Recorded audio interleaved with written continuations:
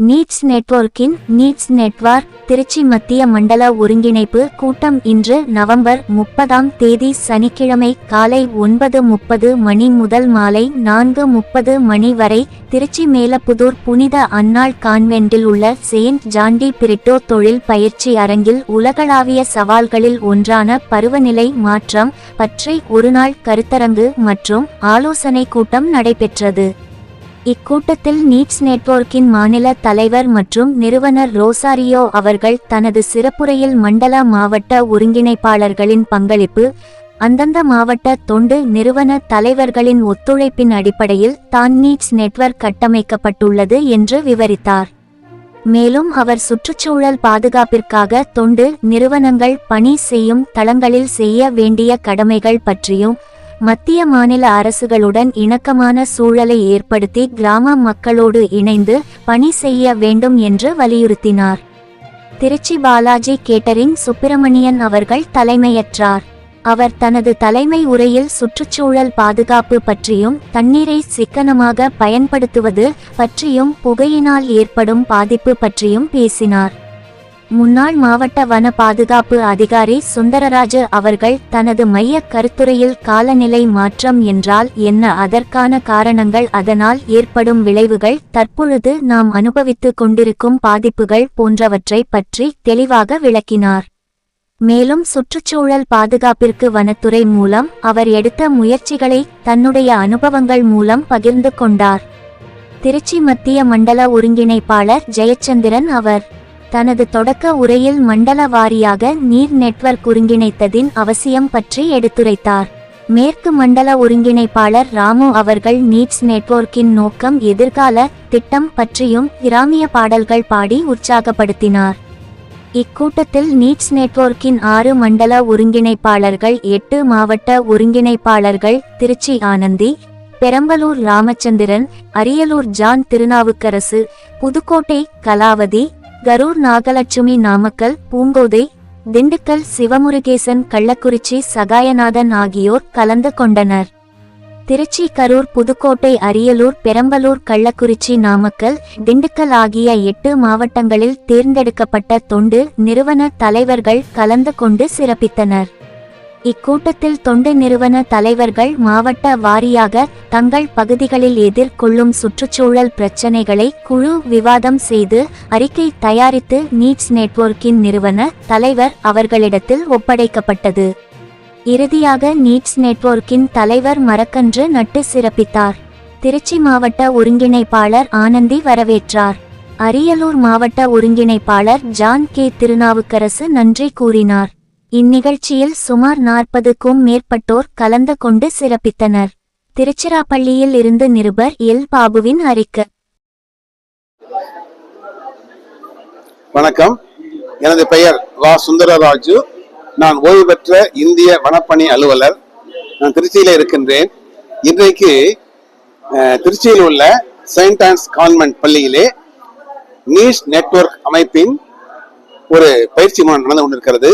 இந்த நிகழ்வில் நான் கலந்து கொண்டு காலநிலை மாற்றம் என்ற தலைப்பிலே ஒரு சிறு உரையாற்றினேன். இங்கே உள்ள பல்வேறு மாவட்டங்களைச் சேர்ந்த தொழில்நுட்பத்தைச் சேர்ந்தவர்கள் இங்கே கூடி அங்குள்ள சுற்றுச்சூழலை எவ்வாறு பாதுகாக்க வேண்டும் என்று அதற்கான நடவடிக்கை எடுத்து வருகின்றார்கள். திருச்சியை பொறுத்தவரையிலே நாம் வாழ்கின்ற இடங்களிலே, குறிப்பாக சாலைகள், தெருக்களில் எல்லாம் நிறைய திருநாய்கள் திரிகின்றன, மாடுகள் திரிகின்றன. அவற்றையெல்லாம் அந்த மாடுகளின் உரிமையாளர்கள் முறையாக அவற்றை பராமரிக்க வேண்டும். திருநாய்களை பிடிப்பதற்கு நமது திருச்சி மாநகரம் உரிய நடவடிக்கை எடுக்க வேண்டும். அதே போன்று நாம் அதிக அளவு மரக்கன்று நட்டு வளர்க்க வேண்டும். அதற்காக திருச்சி மாவட்ட வனத்துறை இலவசமாக மரக்கன்றுகளை உருவாக்கி எல்லோருக்கும் வழங்கி வருகிறது. அதே போன்று எம்ஆர் பாளையத்திலே ஒரு வன விரிவாக்க மையம் இருக்கின்றது. அங்கேயும் அதிக எண்ணிக்கையிலே மரக்கன்றுகளை எழுப்பி இலவசமாக மக்களுக்கு வழங்கி வருகின்றார்கள். இந்த மரக்கன்றுகளை நில உரிமையாளர்கள் அவர்கள் நிலம் இருக்கும் பட்சத்திலே எங்கெல்லாம் இடம் இருக்கின்றதோ அங்கெல்லாம் நட்டு வளர்த்து பயன்பெறலாம். இதன் மூலமாக அவர்களுக்கு விவசாய பயிர்கள் மூலம் கிடைக்கின்ற வருமானத்தை விடவும் அதிக வருமானம் கிடைக்க வாய்ப்பு இருக்கிறது. ஏனென்றால் ஒரு தேக்கு மரம் நட்டு வளர்த்தால் 20 ஆண்டுகளுக்கு பிறகு ஒரு மரம் ஏறத்தாழ ஒரு 25 முதல் 50,000 ரூபாய் வருமானம் கிடைப்பதற்கான வாய்ப்புகள் உண்டு. ஆக அவர்கள் என்ன செய்யலாம் என்று சொன்னால், அந்த நிலங்களுக்கு ஊடே அந்த வரப்புகளிலே அங்கங்கே 10 அடிக்கு ஒரு மரம் நட்டு வளர்த்தால் கூட அது ஒரு நல்ல பயனை கொடுக்கும். அதன் மூலமாக நாம் மரங்களின் பரப்பளவை அதிகப்படுத்த முடியும். அதே போன்று சாலை ஓரங்கள், குளக்கரை ஓரங்கள், ஏரிக்கரை ஓரங்களில் எல்லாம் மரங்கள் நட்டு வளர்க்க வேண்டும். இப்படி மரங்கள் நட்டு வளர்ப்பதன் மூலமாக அந்த குறிப்பிட்ட பஞ்சாயத்து, அந்த குளம் எங்கே இருக்கிறதோ, ஏரி எங்கே இருக்கிறதோ, அந்த பஞ்சாயத்துக்கு நல்ல வருமானம் கிடைக்கும். அந்த வருமானத்தை கொண்டு அவர்கள் அந்த ஊரை அவர் ஊருக்கு தேவையான நல்ல மேம்பாட்டு காரியங்களை செய்ய முடியும். இப்படியாக ஒருபுறம் நாம் இயற்கையை பேணி காக்க வேண்டும், அதற்கு மரங்கள் நட்டு வளர்க்க வேண்டும். அந்த மரங்களும் குறிப்பிட்ட காலத்திற்கு பிறகு நாம் அறுவடை செய்து அதன் மூலமும் பயன்பெறலாம். ஆக இப்படிப்பட்ட விழிப்புணர்வு மக்களிடையே ஏற்பட வேண்டும். குறிப்பாக பள்ளி கல்லூரி மாணவர்கள் இது போன்ற மரக்கன்றுகளை நட்டு வளர்ப்பதிலே ஆர்வம் காட்ட வேண்டும். அதே போன்று தனியார் கல்லூரிகள், தனியார் பள்ளிகள் எங்கெல்லாம் அவர்களுக்கு இடம் இருக்கின்றதோ அங்கெல்லாம் அவர்கள் மரங்களை நட்டு வளர்க்க வேண்டும். நான் சமீபத்திலே இங்கே தணிக்கை மேற்கொண்ட பொழுது சாலையோரம் சில பள்ளிக்கூடங்கள் நட்டு வளர்த்திருக்கிறார்கள். மிக நன்றாக வந்துள்ளது. அதே போன்று மக்கள் ஆர்வத்தோடு செயல்பட்டு நாம் வாழ்கின்ற இடத்தை தூய்மையாக பராமரிக்க வேண்டும். எங்கேயாவது காலியிடம் இருந்தாக்க உடனே அங்க போய் குப்பையை கொட்டுறது, இந்த பிளாஸ்டிக் பையை பயன்படுத்துறது அதெல்லாம் தவிர்க்க வேண்டும். குறிப்பாக பிளாஸ்டிக் பையை பயன்படுத்துவதை நாம் தவிர்க்க வேண்டும். இப்போ பாத்தீங்கன்னாக்க நிறைய இடத்துல இந்த பூவிக்கிற இடத்துல ஒண்ணு இல்லைங்க, ஒரு ஹாஸ்பிட்டல் போனாக்க அங்க என்ன பண்றாங்க, அங்க பணியாற்றுகிறவர்கள் அந்த பிளாஸ்டிக் பையில டீ காஃபி வாங்கி குடிக்கிறாங்க. பார்த்தோன்னே ரியலி ஐ வாஸ் ஷாக்ட். எனக்கு ரொம்ப அதிர்ச்சி ஆயிடுச்சு. அதாவது அறியாமை. சோ இதெல்லாம் தவிர்க்க வேண்டும். மக்களும் உணர வேண்டும், இதை அரசாங்கமும் செயல்படுத்த வேண்டும். இந்த பிளாஸ்டிக் பை தயாரிப்பை தடுக்க வேண்டும். பிளாஸ்டிக் பொருட்களை நாம் பயன்படுத்த தவிர்க்க வேண்டும். இப்படியாக நாம் வாழ்கின்ற சூழலை நல்லபடியாக நாம் பராமரித்தால் நம்முடைய வாழ்வு நலமாக அமையும். அதற்கு மக்கள் ஒத்துழைப்பு கொடுக்க வேண்டும் என்று எல்லோரையும் அன்போடு வேண்டி கேட்டுக்கொள்கிறேன். எனது பெயர் ரொசாரியோ. திருவண்ணாமலையில் வழக்கறிஞராக பணியாற்றிக் கொண்டிருக்கின்றேன். நீட்ஸ் என்கின்ற கூட்டமைப்பின் மாநில ஒருங்கிணைப்பாளராகவும் நிறுவனராகவும் இருக்கின்றேன். இந்த நீட்ஸ் நெட்வொர்க் என்பது கடந்த ஓராண்டு காலமாக தமிழகம் மற்றும் புதுச்சேரி மாநிலங்களில் பணியாற்றி கொண்டிருக்கக்கூடிய சுற்றுச்சூழலில் அக்கறை உள்ள பல்வேறு தொண்டு நிறுவனங்களை உள்ளடக்கி உருவாக்கப்பட்ட ஒரு கூட்டமைப்பாகும். இந்த கூட்டமைப்பு அனைத்து மாவட்டங்களிலும் 5 தன்னார்வ தொண்டு நிறுவனங்களை கண்டறிந்து அவர்கள் மூலமாக காலநிலை மாற்றத்தால் ஏற்படுகின்ற சீரழிவை பாதுகாக்கவும் தடுத்து நிறுத்தவும் அந்த சுற்றுச்சூழல் சம்பந்தப்பட்ட பணிகளை முன்னெடுக்கவும் இந்த கூட்டமைப்பானது தன்னை ஈடுபடுத்திக் கொண்டிருக்கிறது.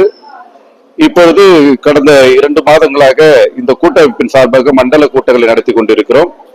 இந்த தமிழ்நாட்டை 5 பகுதிகளாக பிரித்து தென் மண்டலம், வடமண்டலம், கிழக்கு மண்டலம், மேற்கு மண்டலம் மற்றும் மத்திய மண்டலம் என 5 மண்டலங்களாக தன்னார்வ தொண்டு நிறுவனங்களை மண்டல அளவில் செயல்பட ஊக்கப்படுத்தி வருகின்றோம். இன்றைக்கு நீட்ஸ் நெட்வொர்க்கின் கடைசி மண்டல கூட்டமானது திருச்சி மத்திய மண்டலத்தின் கூட்டமாக இங்கே நடந்து கொண்டிருக்கிறது.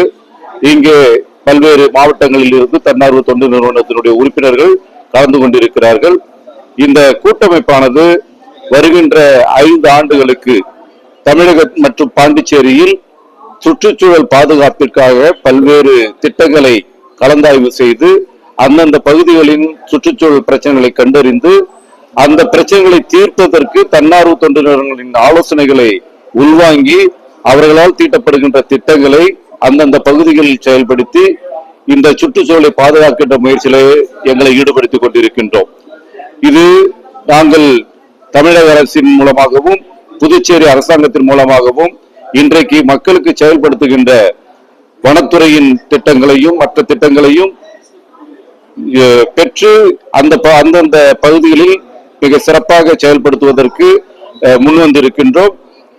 இந்த சூழ்நிலையில் காலநிலை மாற்றம் குறித்த ஒரு உயர்மட்ட குழுவை அமைத்திருக்கின்ற தமிழக அரசிற்கு எங்களுடைய மனமார்ந்த நன்றியை தெரிவித்துக் கொள்கின்றோம்.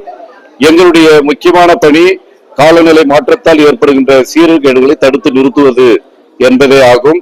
இதற்காக இன்றைக்கு 200 தொண்டு நிறுவனங்கள் தமிழகம் மற்றும் புதுச்சேரியில் ஒன்றிணைந்து இந்த கூட்டமைப்பிலே பணியாற்றி கொண்டிருக்கிறார்கள் என்பதை மகிழ்ச்சியோடு தெரிவித்துக் கொள்கின்றோம். என் பேர் ஜெயச்சந்திரன். திருச்சி மத்திய மண்டல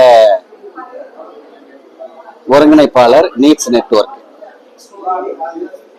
நீட்ஸ் நெட்வொர்க்கினுடைய மத்திய மண்டலத்தில் திருச்சி, கரூர், புதுக்கோட்டை, அரியலூர், பெரம்பலூர், கள்ளக்குறிச்சி, நாமக்கல் ஆகிய 8 மாவட்டங்களை உள்ளடக்கிய திருச்சி மத்திய மண்டலமாக இது செயல்படுகிறது.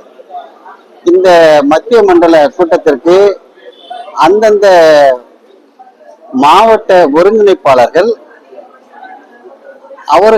அவர்களோடு இணைந்து பணியாற்றக்கூடிய தொண்டு நிறுவனங்களை எல்லாம் ஒன்றிணைத்து மாவட்டத்திற்கு 5 தொண்டு நிறுவனங்கள் என்ற அடிப்படையில 8 மாவட்டத்திலிருந்து 40 தொண்டு நிறுவன தலைவர்கள் இங்கு வந்து இந்த கூட்டத்திலே பங்கெடுத்துக் கொண்டிருக்கின்றார்கள். காலநிலை மாற்றம் என்ற தலைப்பிலே நடக்கக்கூடிய இந்த கருத்தரங்கம் மற்றும் ஆலோசனை கூட்டத்திலே அந்தந்த மாவட்டத்தைச் சேர்ந்த தொண்டு நிறுவன தலைவர்கள் மாவட்ட வாரியாக அமர்ந்து சுற்றுச்சூழல் சார்ந்த பிரச்சனைகள், அந்த பிரச்சனைகள் சரி பண்ணுவதற்கு வேண்டிய ஆலோசனைகள், எதிர்காலத்திலே என்ன மாதிரியான ஒரு போக்கை நடைமுறைப்படுத்தலாம் என்பது போன்ற விஷயங்களை இங்கே கலந்து ஆலோசனை செய்து கொண்டிருக்கின்றார்கள். இறுதியாக நீட்ஸ் நெட்வொர்க்கினுடைய தலைவர் மதிப்பிற்கு மரியாதைக்குரிய ரொசாரியோ ஐயா அவருடைய தலைமையிலே மாவட்ட ஒருங்கிணைப்பாளர்கள் தங்களுடைய அறிக்கைகளை சமர்ப்பிக்க இருக்கின்றார்கள். அது குறித்து இறுதியாக ஐயா அவர்கள் மிகுந்த ஒரு எதிர்பார்ப்போடு இங்கே காத்திருக்கின்றார்கள். எதிர்காலத்திலே என்னென்ன பணிகளை மேற்கொள்ள வேண்டும் என்ற ஒரு செய்தியையும் வழங்க இருக்கின்றார்கள். நாங்களும் ஆர்வமாக காத்து கொண்டிருக்கிறோம். நன்றி.